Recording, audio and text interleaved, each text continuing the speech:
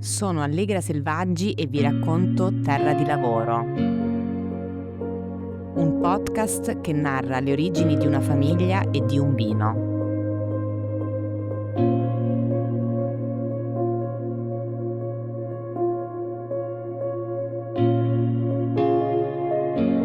È il 2001 ed è terminata da poco la vendemmia. Mio papà è venuto a mancare e questa notizia fa in breve tempo il giro del mondo del vino. Non solo del vino, ma ovviamente di tutti i mondi in cui lui aveva partecipato di tutte le sue vite precedenti. In molti scrivono bellissime parole su di lui e paradossalmente quello è il momento di maggior fermento per l'azienda.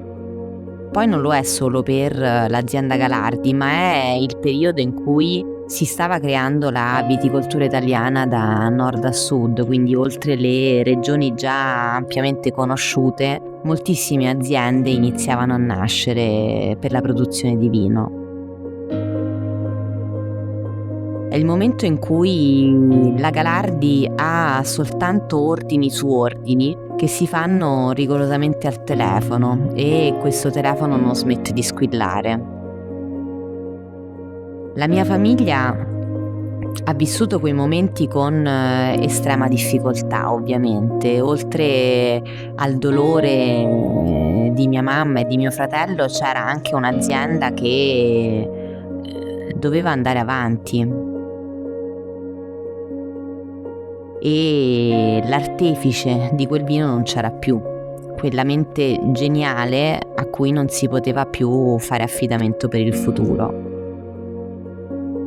Ed è così che mia madre insieme ad i miei zii decisero di mantenere una promessa, quella di proseguire la memoria di mio papà.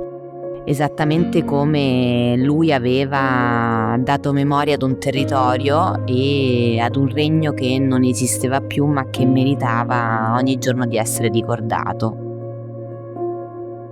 Nulla è cambiato infatti per anni, un solo vino, un solo nome, e mentre tanti ampliavano le loro produzioni, c'era chi faceva inizialmente solo rossi, iniziava a fare anche dei bianchi, chi introduceva un rosso base, chi un cru, chi una riserva. Galardi invece proseguiva con una sola ed unica etichetta. I miei zii e mia mamma proseguirono su una produzione concentrata esclusivamente sulla qualità. I successi del Terra di Lavoro non smisero di arrivare, proseguivano esattamente come erano iniziati e anche la produzione aumentava, ma mantenendo sempre dei quantitativi molto modesti, quelli che erano poi legati ad un'azienda di elevata qualità. E da quelle 500 bottiglie che avevano prodotto inizialmente con la vendemmia 1994 erano arrivati a 20.000 bottiglie circa attraverso 9 ettari e mezzo, quindi a sottolineare una grande ricerca della qualità rinunciando alla quantità. Ci vollero oltre 20 vendemmie per portare un piccolissimo cambiamento a Galardi. Forse è stata quella l'unica microscopica deviazione da un percorso che era già segnato sin dall'inizio. E questo arriva con la vendemmia 2017. La vendemmia 2017 è eccezionale, è meravigliosa in vigna e porta dei grappoli che sono qualitativamente eccellenti, anche se ovviamente sempre diradati. E attraverso quella produzione i miei zii insieme a mia mamma decidono di proporre a Riccardo Cotarella in tempo di assemblaggio di produrre un secondo vino.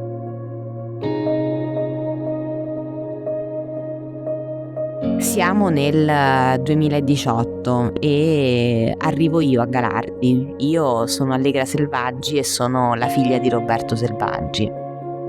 Lavoravo da oltre 10 anni in una multinazionale a Roma e mi venne chiesto di occuparmi di Galardi per un periodo. Ovviamente quando si trattava di mio papà io rispondevo sempre di sì, quindi non me ne devono volere i miei zii e mia mamma, ma accettai immediatamente di aiutarli. Avrei lasciato momentaneamente il mio lavoro dell'epoca, o almeno questo è quello che credevo, e avrei guidato e aiutato per qualche mese l'azienda, la mia famiglia, per poi tornare alla mia routine di quel periodo. Io non conoscevo quasi nulla di quel mondo, del mondo del vino. Avevo partecipato solo ad alcune degustazioni ed ero andata ad alcuni vinitali, ma mai in veste professionale. Ero sicuramente un amante dei vini e anche se mio papà era venuto a mancare presto, era riuscito a trasmettermi questa passione per i vini francesi e per i buoni vini in generale. Da piccola mi ricordo che mi faceva assaggiare sempre qualcosa quando eravamo seduti a tavola e forse il mio palato si stava affinandosi da bambina. Non c'era solo il vino, ma lui mi aveva anche insegnato cosa volesse dire il buon cibo. È così che sorprendevo spesso al ristorante per le mie ordinazioni. Ero una bambina con i codini che chiedeva senza esitazione a tavola tartare o dei tagliolini al tartufo o un'insalata di ovuli. E questo faceva sempre ridere chiunque per quel mio entusiasmo che avevo verso i piatti che erano piatti da adulti. I miei ricordi del nostro vino, del terra di lavoro, sono forse più legati a quel periodo lì, quindi a quando ero bambina. Mio papà nei fine settimana mi portava a passeggiare nelle vigne e non ricordo oggi che cosa mi dicesse in quelle nostre passeggiate, in quei nostri pomeriggi, ma sicuramente mi raccontava di quella meravigliosa azienda. Lui mi chiamava Allegrotta e quindi iniziava sempre le sue frasi così e lo riesco ancora a sentire, quel tono che ti faceva incuriosire per cosa stava per svelarti. Forse c'è un episodio che nella mia famiglia è rimasto impresso e che forse mi ha legato al terra di lavoro ancora prima di quel 2018 quando sono arrivata. Avevo 7-8 anni, avevamo una piccola cantina che si trovava vicino a casa dove conservavamo delle botti ed alcune bottiglie non etichettate. E un pomeriggio insieme ai miei cugini cercammo di imitare quello che si faceva in cantina e i miei genitori mi trovarono con un tubo che cercavo di bere da una botte. Ci vollero dei quintali di pane per farmi passare tutto quel vino bevuto per farmi riprendere. Ecco, questa forse è la mia storia prima di arrivare a Galardi, tutto quello che mi legava prima al nostro vino. Quando arrivai a Galardi iniziai ad occuparmi un po' del commerciale e un po' di marketing. In ufficio c'erano mio zio Arturo che si occupava dell'amministrazione e mia zia Dora e mia mamma che seguivano gli ordini, quindi è rimasto tutto molto simile agli inizi. Mio zio Francesco in cantina. Inizialmente decisi che dovevo conoscere gli importatori, tutti quelli che vendevano il nostro vino in Europa e oltreoceano, e viaggiai moltissimo.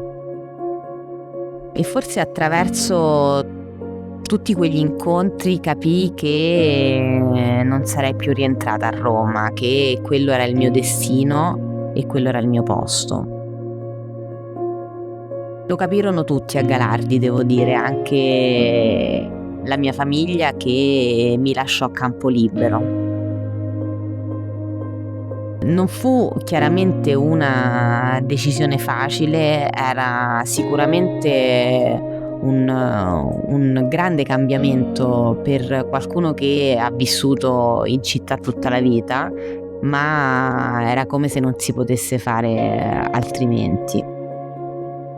Ed è così che, dopo aver seguito appunto alcune fasi del lavoro, decisi che era arrivato il momento di osservare i lavori che si facevano in vigna ed in cantina, e ogni giorno imparavo qualcosa di nuovo.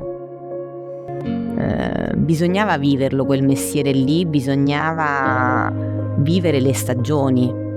Bisognava potare con il freddo e sfogliare le vigne sotto al sole bollente, bisognava sapere cosa volesse dire spostare delle bottiglie a mano e sentire per esempio l'umidità nelle ossa che si prova in cantina.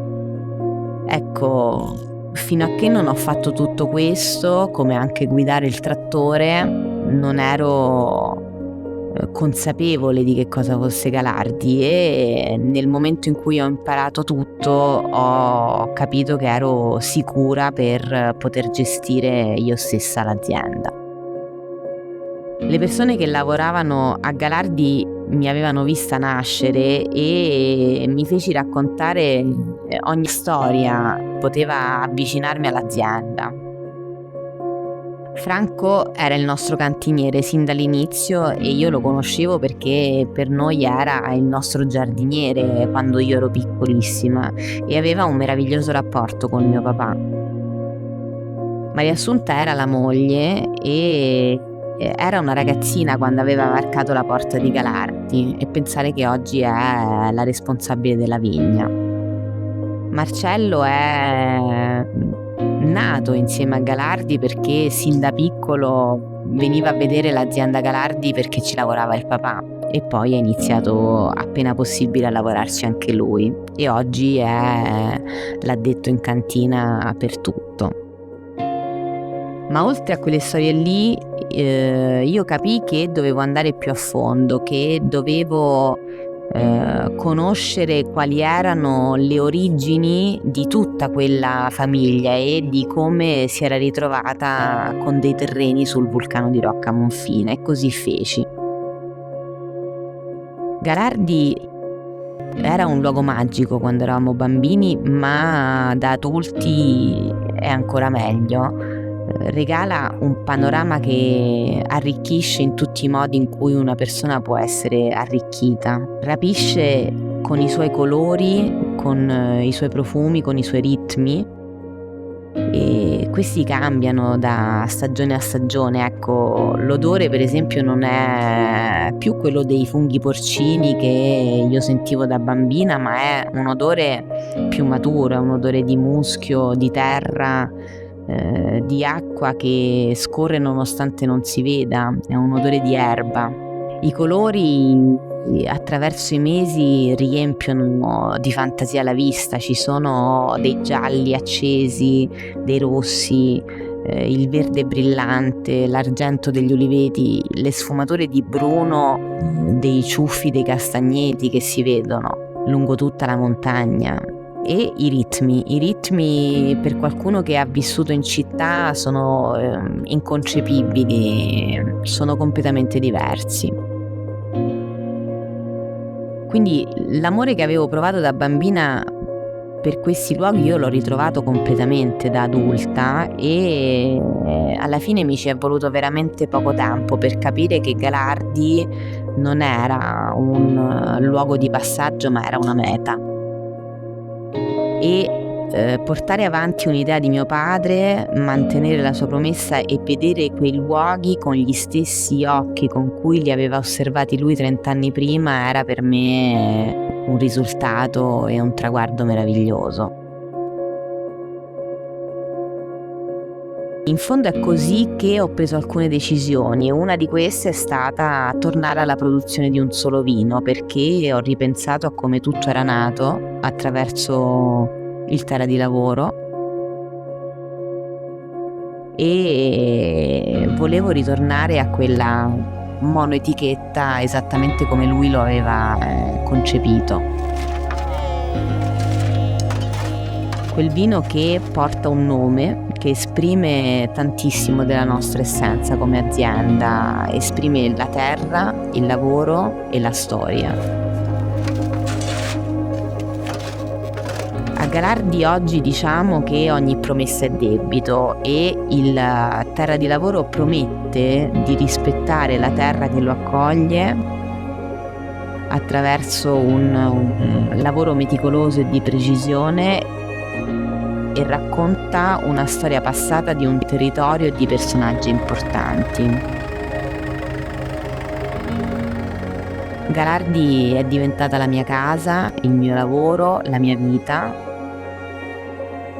e attraverso il Terra di Lavoro, che è un vino senza tempo, mantengo la promessa di mio padre.